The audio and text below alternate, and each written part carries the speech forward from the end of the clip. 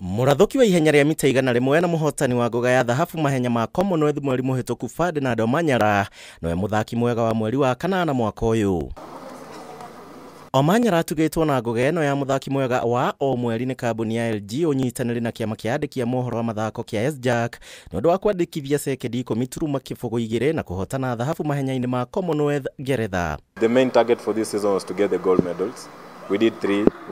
I got 3 gold medals in the African Champs and the Commonwealth Games, and we wanted to get one in the World Champs, but you know, everything has a reason. That everything happens for a reason, I must say, and that was the main reason. Murathuki wa miaka 26 Murathuki wa miaka 26 aninire Kenya nyota ihenya riri ya miaka 60 riu akiuga ndari ararikia kuiga rekodi njeru na guku akiranira gubunja rekodi ya thi. There's competition across the globe, and it's not like only the Americans are the ones who are good in sprinting.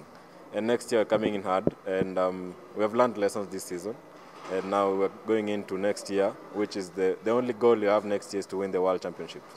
That's the main goal you're going in for next year, and you're going to work hard for that. Njorua yo gitaro kia Africa araikirie nja kihitahitano gie aria ni hamwe na njorua wa mita 1500 Faith Kipyegon. For him to win this, he beat a strong field of other nominees. We had the likes of Billy Odhiambo from rugby, who racked up his 100th career try at the World Rugby Sevens in Los Angeles. Love is there. I mean, I can't just walk down the street without somebody coming and saying congratulations and all that. So yeah, I'm getting the love and I appreciate it so much. Handu-ini ha Kameme TV, njitagwo Kuria wa Gicimu.